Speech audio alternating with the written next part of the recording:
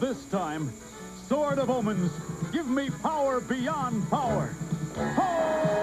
Remember racing home from school to watch Lion-O raise the Sword of Omens while Snarf annoyed everyone and Chitara ran faster than your imagination could handle? Thundercats wasn't just colorful cat people fighting mummies on Third Earth.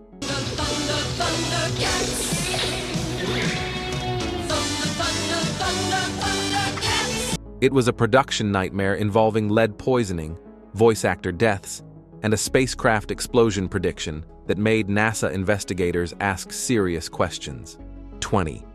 The animation budget scam. Rankin Bass Productions outsourced Thundercats animation to Pacific Animation Corporation in Tokyo with a supposed $300,000 budget per episode. Panthro, it's a hologram, a perfect model of Thunder. Here's the problem. Animators in the Tokyo studio were paid approximately $2 per day, working in facilities without proper ventilation or safety standards, while executives pocketed massive bonuses. Investigation documents from 1986 showed nearly half of each episode's budget disappeared into consulting fees and administrative costs that went straight to American producers' offshore accounts. 19. The voice director's nervous breakdown. The original voice director for Thundercats, whose name was scrubbed from credits, It's me, Lion-O! was hospitalized after 6 months of production with what medical records called acute stress-induced psychosis with vocal trauma complications.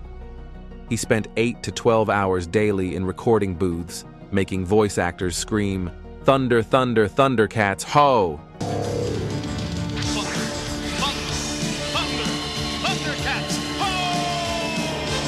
Between 30 and 50 takes per session until they got the perfect heroic pitch. 18. The toxic paint incident. Thundercats animation cells were painted using lead-based paints that had already been banned in the United States, but were still legal in Japan's less regulated animation industry. Between August and October 1985, 12 animators at the Pacific Animation Corporation studio were hospitalized with severe lead poisoning after months of handling the toxic materials without proper protective equipment or ventilation systems. Blood tests showed lead levels 40 times higher than safe exposure limits. 17. The merchandise war. LJN Toys secured the Thundercats license, but Mattel immediately filed a $15 million lawsuit claiming the characters were derivative works that infringed on their He-Man and Masters of the Universe intellectual property. The legal battle turned vicious when executives at both companies started receiving death threats, and 2 Mattel executives involved in the litigation had what police reports called mysterious accidents within 6 months of each other. One fell downstairs at his home, breaking both legs. The other's car was sideswiped by an unidentified vehicle, sending him to the hospital with a fractured skull. 16. Earle Hyman's secret depression. Earle Hyman, the distinguished actor who voiced Panthro, "You will win in the battle of good against evil," struggled with severe clinical depression throughout Thundercats' production that nobody knew about until a 2010 interview 3 years before his 2017 death. Hyman later revealed that Panthro's constant displays of physical strength and emotional stability were him playing the opposite of what I felt every single day in that recording booth. 15. The Censored Massacre episode. Episode 23, titled Safari Joe. "But I can jump out of here without even half trying. Ah, but maybe that's what Safari Joe wants me to do." Originally contained nearly a full minute of Mum-Ra's forces graphically killing villagers on screen in a sequence that included visible blood, fallen bodies, and what internal notes described as excessive violence, inappropriate for target demographic. After advanced screenings generated 47 parent complaints to CBS standards and practices within 72 hours, the network threatened to cancel the entire series unless the footage was removed. 14. Larry Kenney's alcohol problem.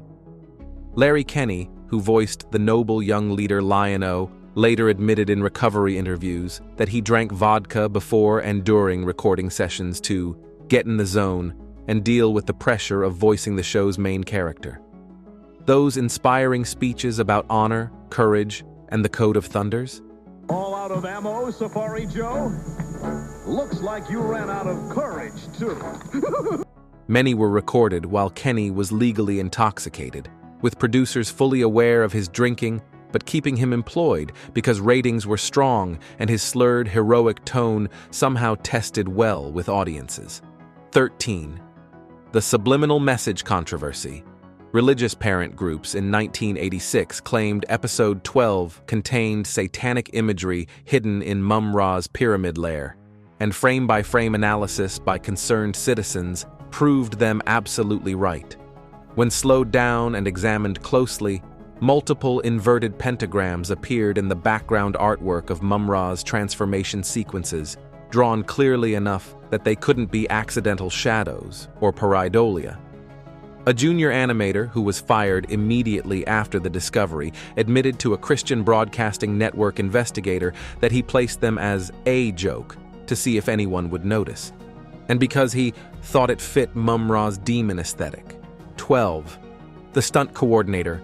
Death Thundercats animators used live-action reference footage of real stunt performers acting out fight scenes to achieve realistic movement in sword battles and acrobatic sequences.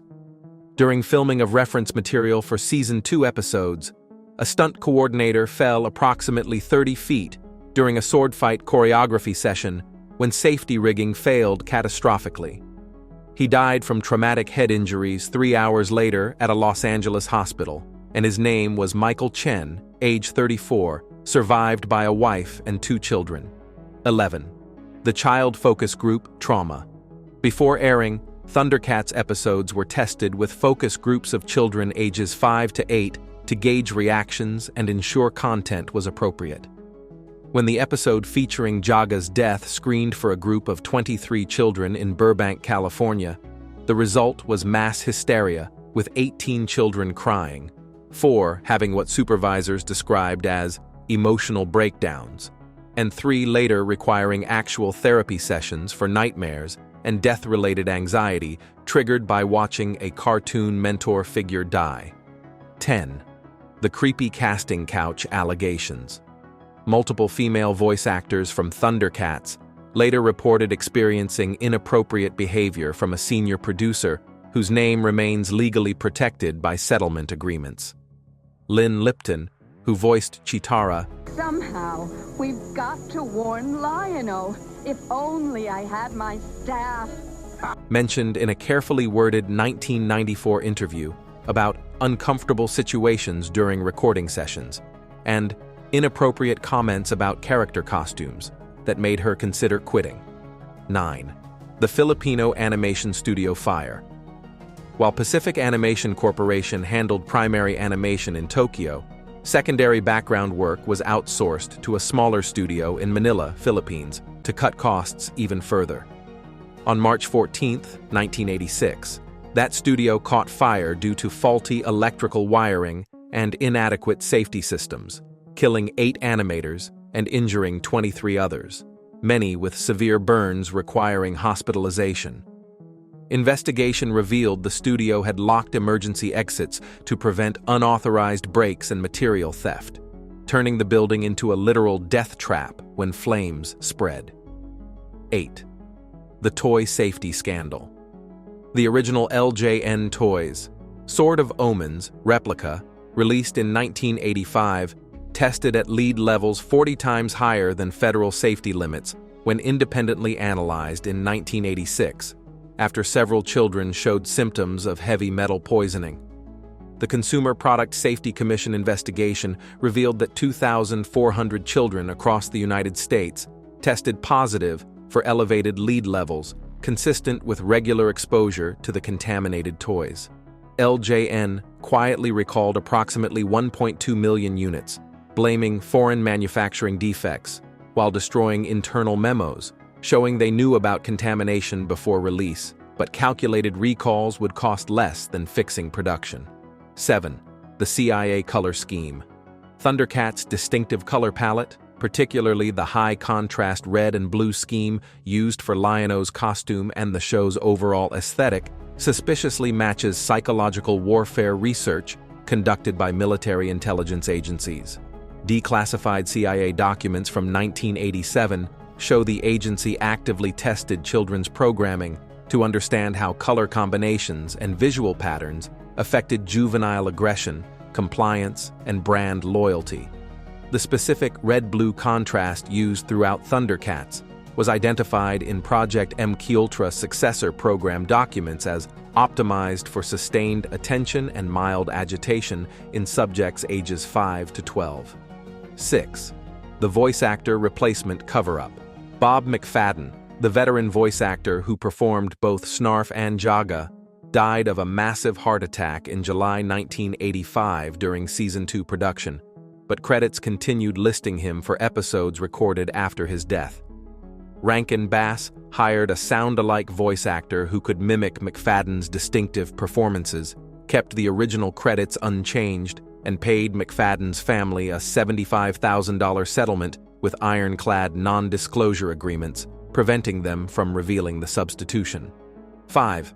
The Subliminal advertising investigation. The Federal Trade Commission launched an investigation into Thundercats in 1986, after consumer advocates proved each episode contained an average of 12 separate product placements for toys that hadn't been released yet. New action figures, vehicles, and playsets appeared in episodes approximately 2 weeks before hitting store shelves, with camera angles and sequences specifically designed to showcase play features in ways that functioned as extended toy commercials, disguised as storytelling. 4. The Snarf voice destruction.